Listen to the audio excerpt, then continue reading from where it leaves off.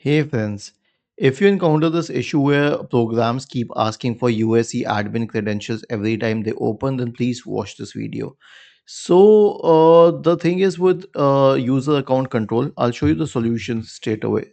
Type UAC in the Windows search bar and click on change user account control. Push the slider to the absolute bottom and I'll tell you what this will do.